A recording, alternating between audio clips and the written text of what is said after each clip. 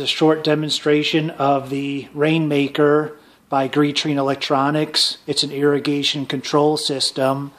It hooks up like any other irrigation control system would, with the wires to the solenoids on the sprinklers, and it plugs in to a wall outlet. As you can see, the first screen that you're going to be presented with is a week's worth of watering information. It tells exactly what the system is going to do and also what the weather is like on that particular day. You can actually see today there's a slight chance of rain. Tomorrow there's actually a higher chance of rain in my area, and it rained yesterday as well. So that's the reason. And then also it's 55 degrees today, 52 degrees tomorrow. So it's relatively cool out, which means there's not going to be a lot of evaporation. So based on that and other data, the RainMachine is determining that it's not going to water at all today or tomorrow.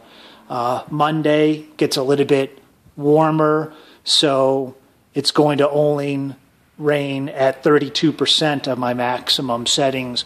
According to the manual, you want to set the amount of watering based on a hot summer day or an average hot summer day, which would tend to be the maximum, although the system is allowed to go above the maximum if it's going to be extremely dry and hot in your area. I believe the manual states that it's limited to 200% increase. I've read posts from people that state that they seldom see it go to 100% maximum. So I would imagine it's very rare that it would exceed that allotment. This is the main screen that you're going to be looking at. There are the settings available. You can set infinite number of programs and also name them. I have one named, I have this one named main program, set to water every 2 days at 5 a.m. If I go into that setting, you can actually see that information, and you can also set what zones you want to water on those particular days. It has a cycle and soak, which means that if you have a sloped area or hard ground such as clay, you can set that.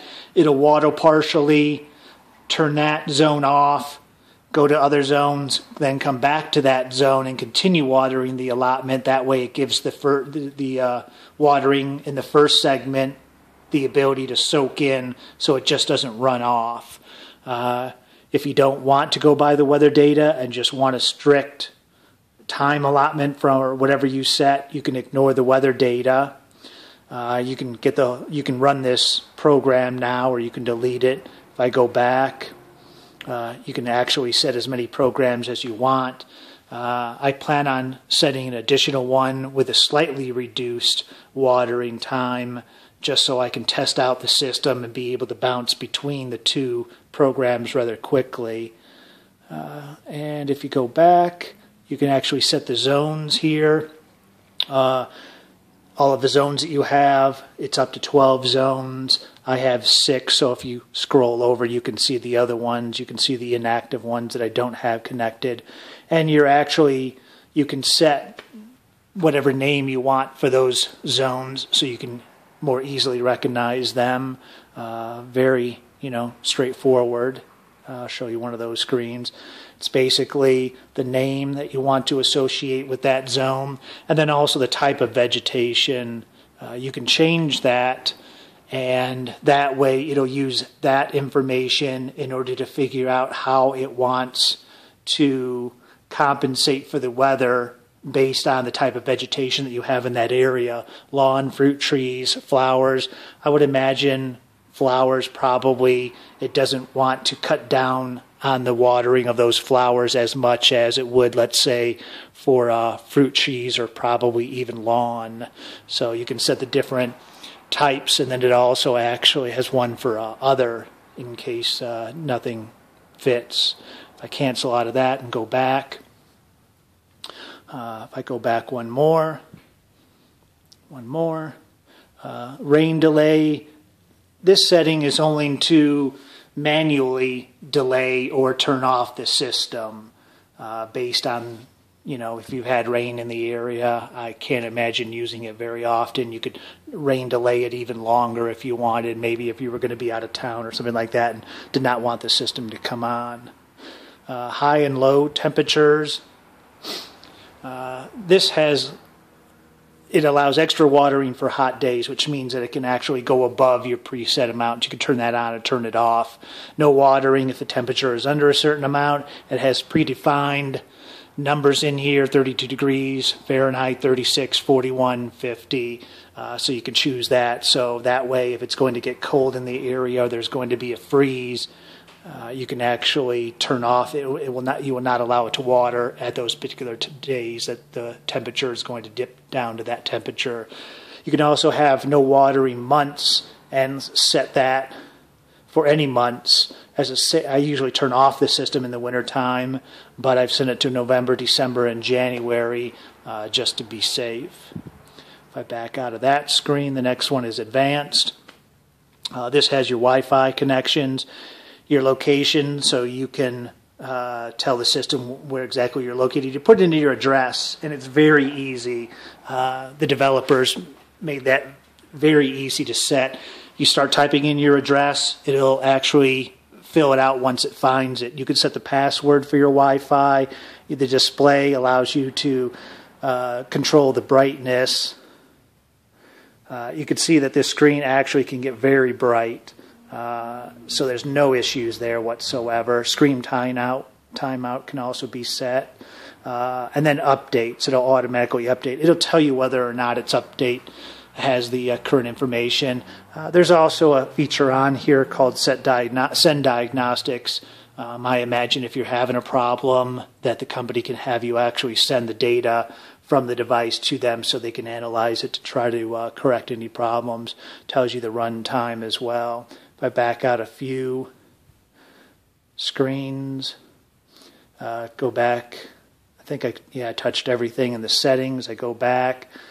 You can actually manually water, very easy to do. You can scroll through your zones here. You could choose a particular zone and set the time, the amount of time that you want to water very easily. And then cancel it just as easy. You can actually stagger these. If you turn it on and give it a little bit of time and then go on and turn this one on, this one is still counting down. I can set this and it'll actually come on after my first zone that I set. Very nice. So I could set 3, 4, all of my zones to water a particular time, and it'll go through all of those zones. It says pending on there. I can cancel that and then jump over to this one and cancel that. Or I can stop all. There's a button up here for stop all, which can be used. If I go back, I have not had this system for very long, so it actually hasn't watered at all yet. If you go in and hit this main screen, as I said, when you start it up, when the screen pops up after it's slept, this is the screen that you come up to, which is a screen that you want to look at most of the time. The other data that you may want to see very often is the watering history, and all you have to do is just hit anywhere on the screen, and it'll show you the watering history through the months. And as I said, I don't have any data yet. It's just starting right here, just because I've manually turned on the sprinklers to test them and to make sure that everything was operating correctly. So the company doesn't really have any videos out showing the operation of this device. I imagine partially because it is so straightforward and intuitive and very easy to control on the screen, although I'm hoping that maybe if some people will see this, that it'll help them decide whether or not they want to purchase this unit or not. One thing I'll pan up to just a little bit is the company does state that there are voltage there is voltage protection in this unit, built into this unit. I'm not that familiar with how that works. It appears that they're claiming that there's very good protection on it, but I figure with the amount of money that this irrigation controller costs, it's a safe bet to buy a decent surge protector, and I can always use one in this particular area. So I went ahead and spent a little money on the surge protector, and then plug the unit into that. Something that is mentioned on their website is that this device does not have any battery backup. I have unplugged the unit to move it from one plug to another and plugged it back in. It's gone through the boot up, and all of my programming is still there. So I believe that it holds that in memory. I'll give you a quick look. If you pop off this panel, you can see that it just has the normal connections that every other irrigation system has. It has the 2 common wires that you can hook up there, and then it has up to 12 zones, and then the power. And I just mentioned that you can hook up the wire. The wires really aren't labeled in any way. They don't need to be, I believe, on AC. You just need to plug them in, and there's no problem there.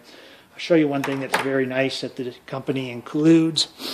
It's this little template that you only need to place on the wall, and it'll show you where to drill. It'll give you a layout of everything. So you only need to place this on the wall, and you'll see exactly, it's the same size as the unit. So all the gray area is the same size as the unit, so you'll see exactly what it covers. You only need to mark the holes and then drill those holes in order to install the screws that it comes with.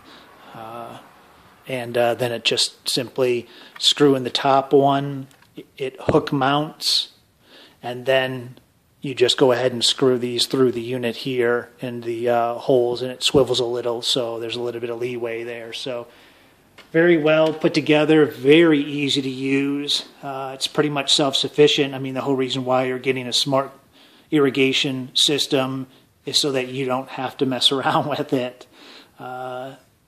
You can review this information on this nice touch screen. I will mention that a lot of people complained, I believe, prior to April of 2014, that the phone applications were very laggy, and that basically the phone applications, Android and Apple or iOS, were very laggy and were really just a web browser interface.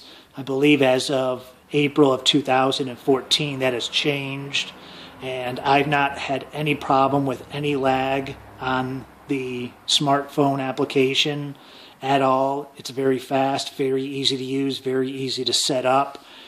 Some people complain that these screens were not that responsive. I find that there's just very little delay in switching screens, nothing to really be a bother. So I don't know if they've actually improved that, or some people just think it needs to react like their laptop does.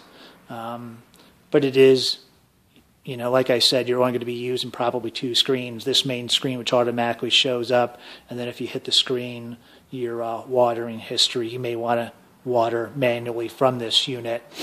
But you can see there's really not a whole lot of lag on this screen. It is pretty quick there, so I really don't see that as being an issue.